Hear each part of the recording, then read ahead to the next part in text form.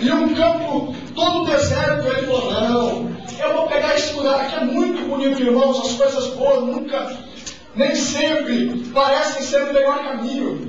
As coisas bonitas e belas nem sempre parecem ser o melhor caminho. Um dia um obreiro aqui, se eu não me engano, foi o irmão Douglas, o irmão André, pegou uma mensagem, coisas boas e bonitas que não levam para o céu. E é verdade, irmãos, existem caminhos que são bonitos e são belos. E muitas vezes o nosso ego fala, vamos escolher ele. Mas não, muitas vezes esses caminhos bonitos e belos faz com que encontramos o caminho da perdição.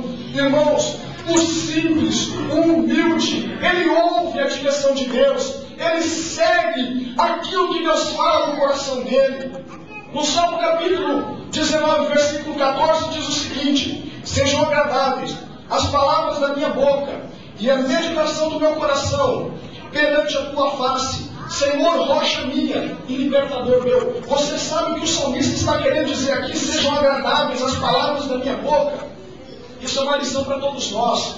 Está falando exatamente do nosso vocabulário, do nosso palavreado, daquilo que sai dos nossos lábios. Isso é uma advertência para todos nós.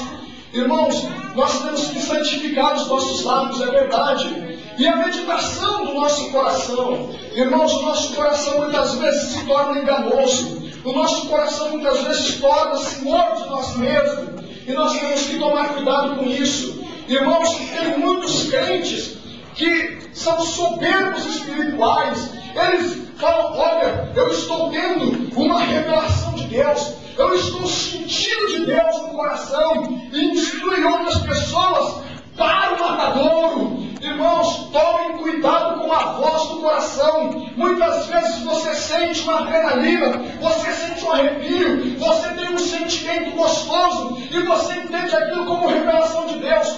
Tome cuidado com isso. O infalível instrumento de revelação de Deus está na sua palavra. Eu não estou dizendo que Deus não fala no nosso coração, Ele fala, mas nem sempre o nosso coração está atento à voz de Deus. Mas as necessidades, as circunstâncias, muitas vezes, irmão, nosso coração nos instrui a caminhos que parecem bons, mas não são. Muitas vezes temos que quebrar a cara 2, 3, 4, 5 vezes para entender que revelação mesmo está aqui na Bíblia, e não no coração do homem. Aleluia!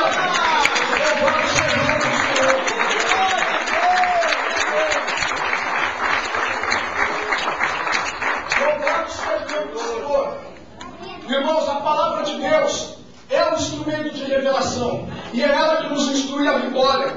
Vamos dar algum exemplo aqui sobre homens da Bíblia que tinham um pouco de arrogância. Vocês vão ficar admirados. Primeiro exemplo, apóstolo Paulo. O apóstolo Paulo, no livro de 2 Coríntios, capítulo 11, versículo 5, ele diz assim: porque penso, em nada fui inferior aos mais excelentes apóstolos. O apóstolo Paulo estava dizendo, eu não sou menor do que qualquer um desses aí, não. Eu não sou menor a qualquer um desses apóstolos. Irmão, que arrogância, que complexo de superioridade. Ele não se achava menor do que ninguém. Mas para você ver como o homem de Deus muda. Em seguida ele diz em 1 Coríntios capítulo 15, versículo 9: porque eu sou o menor de todos os apóstolos. Veja a mudança. E uma hora ele diz, olha, eu não sou inferior a qualquer um desses apóstolos, os melhores, eu não sou inferior a eles. Depois ele disse que é o menor de todos os apóstolos. Nós podemos ver que a arrogância também estava no meio de muitos homens de Deus.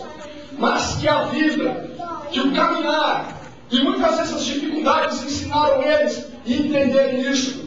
Segundo exemplo, o jovem rico, Mateus capítulo 19, versículo 20, ele diz assim, disse do jovem, tudo isso tenho guardado desde a minha mocidade. O que me falta ainda? Você sabe o que é isso? Eu sei tudo. Eu sei, não precisa mais nada. O que falta para mim, já sei. Eu já li esse texto, irmão Júlio, muitas vezes, eu já sei disso. Arrogante. Jesus estava querendo ensinar ele. E a vida religiosa dele ensinou ele a usar arrogância. De tudo isso eu já tenho guardado. Do que mais eu preciso? Só que Jesus não dá ponto sem nó. Ele falou, vende tudo que tens e dá aos pobres. Aí ele derrubou a arrogância daquele homem com marcha. Muitas vezes, irmãos, precisamos ter lições duras para descobrir que somos arrogantes, que somos soberbos. Muitas vezes é preciso recebermos lições até mesmo dolorosas para descobrir isso. Eu conheço uma pessoa em Bragança Paulista que a pessoa se achava assim superior ao marido porque ganhava um pouco mais que ele. Você tem que arrumar um emprego melhor. Eu que pago tudo dentro dessa casa. E o marido dizia: cuidado com a sua arrogância. Você está pensando que você faz muita coisa, mas você não faz nada. Perdeu o emprego. Arrogância. Muitas vezes precisamos de lições duras para descobrir que a arrogância não nos leva a nada. Aparentemente até nos dá uma autoridade, nos dá um sentimento de rei, de príncipe, mas irmãos, arrogância, soberba, altivez, complexo de superioridade não faz de nós ninguém, mas a cada dia nos faz ser nada. Nada.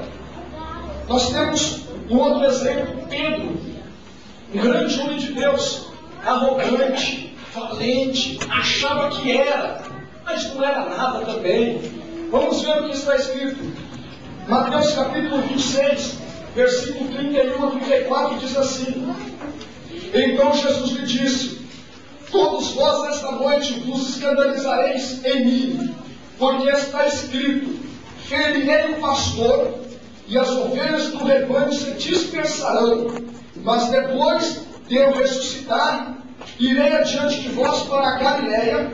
Mas Pedro respondendo, disse: Ainda que todos se escandalizem em ti, eu nunca me escandalizarei. Arrogante. O mestre, o autor da vida, estava dizendo que eles iam se dispersar, que eles iam abandonar. E Pedro fala: então não, Senhor, ainda que todos te abandonem, eu vou ficar. Vocês sabem o que aconteceu.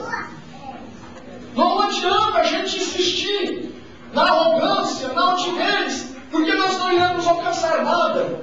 A gente pode atropelar muitas pessoas, a gente pode passar por cima de muitas pessoas, mas lá na frente elas vão passar com calma por cima da gente, se nós formos soberbos. Eu vou dar uma ilustração aqui que aconteceu comigo sexta-feira agora que passou no feriado.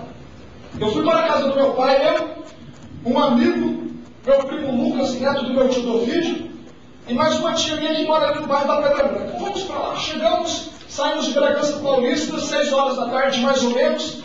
Chegamos lá em Oriflama, 2 horas da manhã. Foi um pouco mais de 6 horas de viagem. E nós empolgados, querendo ir para o rio pescar, né? E esse meu amigo nunca viajou tão longe assim, empolgado. Fomos para o rio. Pegamos uma estrada vicinal. Quando chegou no limite do município, irmãos, ele estava numa adrenalina tão grande que ele estava 110, 120 na estrada asfaltada, passando todo mundo, aquelas caminhonetes, aqueles barcos atrás, ou tudo com calma, e ele no carro. Quando chegou no limite do município, para Araçatuba, a gente entrou na estrada de terra e tinha aquelas costeladas de vaca. Quem conhece? Aquelas ondinhas que dá na estrada. Costela de vaca, é isso. O carro começou a trepidar com uma força. E eu falei: rapaz, cuidado que aqui tem banco de areia, a gente pode perder a direção aqui.